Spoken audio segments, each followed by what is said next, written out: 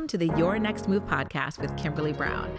Today, we are going to talk about one of my favorite topics, networking. And I already know I probably say every topic is my favorite. You're going to hear that at the beginning of every episode, but we're going to go with it anyways.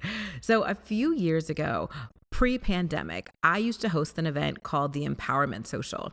It was a day party with an agenda. So I knew that everyone likes to go to day parties and hang out and have fun, but I thought, what if we could make this a networking opportunity as well? So every hour on the hour in New York City, we had a professional development speaker go on for probably about 10 to 15 minutes and talk about a certain topic. We talked about everything from fitness to general motivation, inspiration, personal finances, creative careers. I did a topic on salary negotiation. We covered it all. We did this event for 3 years. We went from having 125 guests all the way up to a little over 200. It was phenomenal. My goal was to let people have fun, open bar, dance, a little swag surf, but also network and get the much needed information. When we're in environments like this, we don't think about networking. We just think about having conversation and having a good time. But there is an art to networking. And I have some tips that I want to share with you today. When we go to networking events, we've all had that experience where you just don't want to talk. Like, you're nervous, you could be anxious. Sometimes if you're in a room with people who are more senior, you may even feel inadequate.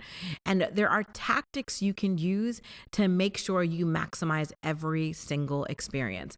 I could be here all day, all night talking about the experiences I've had. I've networked at jury duty and got an interview at a prominent company in New York City before. I've met people on the subway just by having conversation. I want you to think of networking as simply having a conversation. That's all it is. It's getting to know someone, and it's truly crucial to your success. I hate that quote about it's not your net worth, it's your network. I know we've heard that all the time, and sometimes when we hear things a lot, we start to kind of push them aside because we've heard it too much. But I want you to think about your networking as one of the few things that can expedite your success. In my book, Next Move, Best Move, Transitioning into a Career You'll Love, I have a whole chapter that says relationships are still everything. Relationships can help you break through a glass ceiling, open closed doors, or at least find a window. But if you're not doing this, you're taking away that huge opportunity. So I have a few tips for you. Number one, I want you to develop your pitch. You should be able to, at the drop of a hat, introduce yourself. And I like to think about 30 seconds, 60 seconds, 90 seconds. Now, you don't have to go crazy timing yourself, but it's quick and easy. Everything from explaining who you are. So if you were to meet me, I would say, hi, my name is Kimberly Brown. I am the founder of Manifest Yourself, a leadership development company. If I wanted to go a little bit further, I would say that my mission on this earth is to help women and people of color navigate the world of work, make more money, and position themselves as leaders. It's quick and easy, so you can quickly understand who I am, what I do, and how I can help you. This is something at the drop of a dime that I want you to be able to articulate. So for me as a business owner, it's a little different because I'm talking about my company, I'm talking about my business. But if you are a professional every day, it truly is the same thing. So for example, in one of my last jobs where I was the director of the Director of Global Diversity Talent Acquisition Strategy, a long title, right? So my mission was at this Fortune 100 company in financial services. My only goal was to help the organization recruit, retain, and promote underrepresented talent across the globe. And underrepresented meant whatever was underrepresented in that region of the world. Quick and easy, so you understood what I did. And I could talk about my mission of why I did this. I've dedicated my life to career and leadership development. I spent nearly 10 years in higher education, and I was excited to get on the other side working in talent acquisition at a company. I hope you get the gist here, but you can think about it, fine tune it. But ideally, I want you to have maybe 1 to 3 sentences to quickly explain who you are in case you meet anyone. Because the first thing that people generally ask is, hey, what do you do? And that's how you spark the conversation. So number 2, do your research. What is the event that you're at? What is the audience who's going to be there? What are their needs? What are their interests? Is there someone in that room that you want to meet? If there is, make sure you do your research. Who are they? What is their background? When you know just a little bit more about someone, it's very easy to spark a conversation.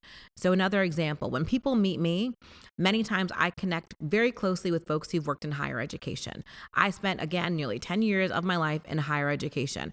I was an adjunct professor. I worked in career services. I worked in college admissions. So a lot of times folks who have worked in higher ed find it very easy to connect with me, especially if they want to move into corporate America. So folks will be like, oh my gosh, I noticed that you worked in higher ed. I've worked in higher ed as well. Or maybe they'll say on Instagram, I see that you have a dog named Chala. Oh my gosh, I also have a puppy as well. Or they've seen that I've worked in financial services. Networking sometimes is about finding that connection. If you don't know what the connection is, the quickest thing you can say is, what brought you to this event? What made you attend this event? Why were you interested in being in the room today? But when you do your research, you can make those connections just so much faster by understanding just a little bit more about that person, that organization, that group.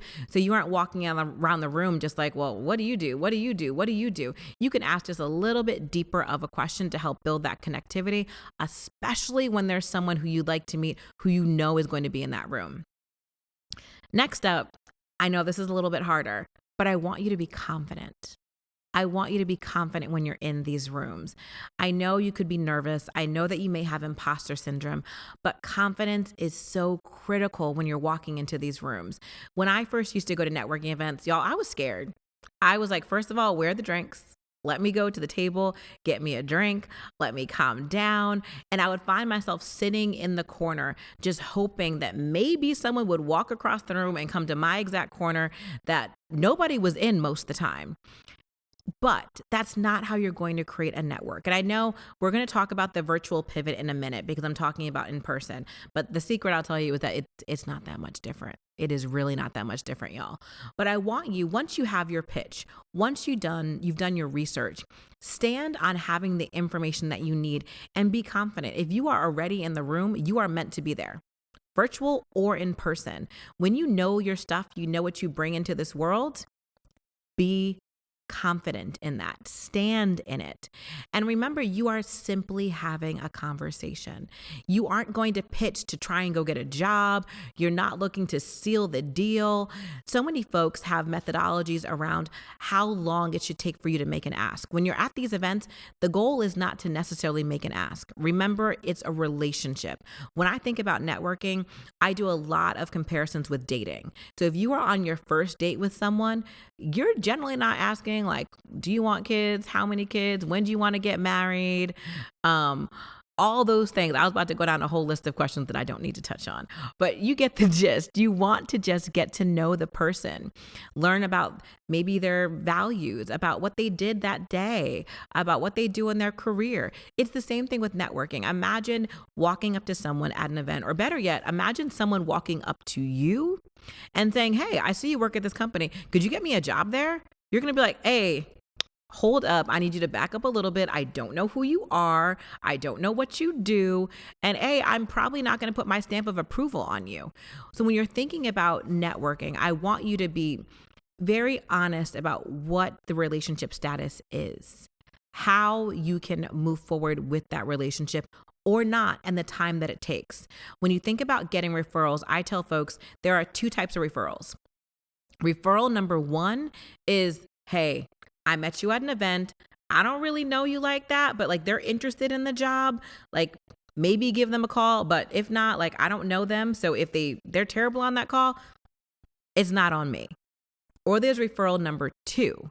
That referral is, oh my gosh, I've known them for 6 to 9 months. They are absolutely incredible. I've worked with them on this, and this. I would love for you to interview them, and I would 100% co-sign on who they are.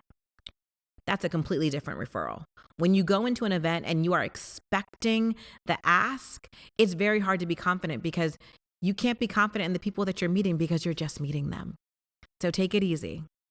Pull it back a little bit and just focus on having conversation. And when you think about those conversations, think about how you can truly find a way to connect. Now, we're not necessarily using business cards anymore, right? Most people don't have business cards. I had them in corporate America, but in all honesty, I had a stack of probably 1,000 and I barely used them.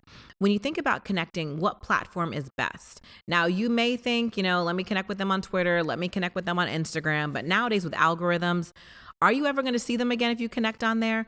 Find a way where you can actually have their information. For some folks, maybe that's as simple as airdropping your contact information, and you just screenshot it and to follow up later.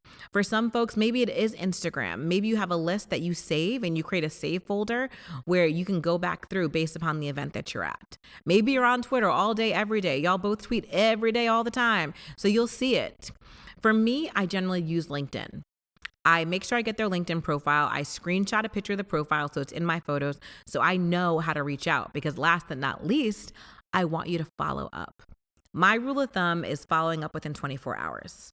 Always 24 hours when it's fresh in your mind, and thinking about one piece of the conversation that you could bring back into that follow-up. So let's say you met me at an event and you would say something like, "Hey, Kimberly, I was so excited when I met you at National Sales Network. I love the conversation that we had about the process for getting your book to people. I loved the relationships are everything chapter, and I hope that we could stay in touch and maybe grab coffee in the next month or so." So now I'm going to remember who you are and what we talked about. The follow-up is key. So before I let y'all go talking about networking, I also want to talk about the virtual and in-person pivot, because the first thing I hear people say is, "Hey, we are now virtual. I can't be in a room," or "In my city, they're not doing that. We don't know what the mask mandates are going to be or what variant of COVID it may happen next that can shut the world back down again." What I want you to do is still prioritize networking, whether that's virtual or in person. One of my favorite hacks, when I go into a virtual networking event, I make note of who's the most active in the chat.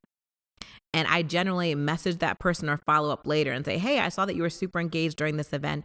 We both were so excited to see the speaker. Would you be open to having coffee a little bit later?" Find a way to find the people in the room and connect with them still offline or online. Either way, but finding that person in the group chat, finding that person maybe who's a speaker, and better yet, another hack that I have is whenever I'm at a virtual event, I'm really and truly paying attention. So I'm not in my email, I'm not scrolling through Instagram, I'm paying attention to the event so that I can ask a question. That's another way to kind of raise your hand so people remember you. And the same thing in person. If you're that person at the end of the segment who raises their hand and says, "Hey, I have a really great question," that person who's speaking or whatever's happening at the event, it's generally easy for them to remember who you are because you were engaged and you asked a dynamic question. So I hope that y'all have the tips today to really start networking. I'm probably going to do a whole lot of episodes on networking and relationship building because it's that important. So with that, may your next move be your very best move. I look forward to talking to you soon. Thank you so much for tuning in this week to the Your Next Move podcast. Don't forget to share this episode with a colleague or friend so we can all level up together. If you enjoyed today's episode, please write a review wherever you listen to podcasts. And lastly, if you're looking to join a community of thriving professionals, I invite you to join the Next Move Best Move community, my private community of professionals that includes the Manifest Yourself signature leadership development courses, monthly lunch and learns, and more. For more information, please go to kimberlybeonline.com/community. Until next week, remember to make your next move your very best move.